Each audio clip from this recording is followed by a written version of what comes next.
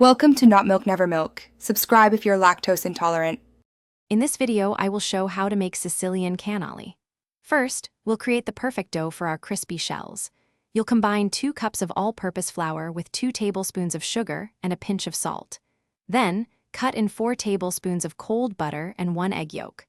Gradually add about 1/2 cup of dry Marsala wine until a firm dough forms. Knead it for 10 minutes until smooth, then let it rest for 30 minutes to develop its elasticity. Next, we'll transform our dough into those iconic, crispy shells. Roll the rested dough incredibly thin, aiming for about 1/16 of an inch.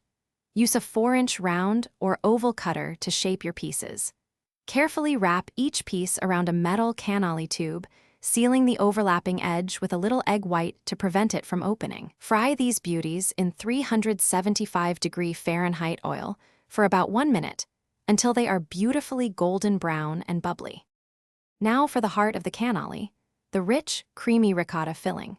The key is to drain 2 pounds of fresh ricotta cheese thoroughly, ideally overnight, to remove excess moisture.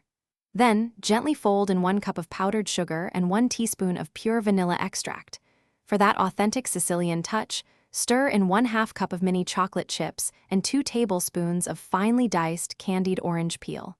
Chill this delightful mixture for at least 30 minutes.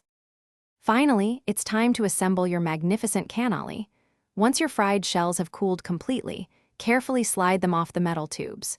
The secret to preventing soggy shells is to pipe the chilled ricotta filling into each one just before you plan to serve them. For a classic finish, dip the ends into finely chopped pistachios or a few extra mini chocolate chips.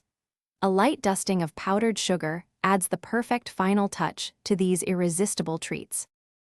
Thanks for watching. If this was helpful, leave a like and consider subscribing. See you next time.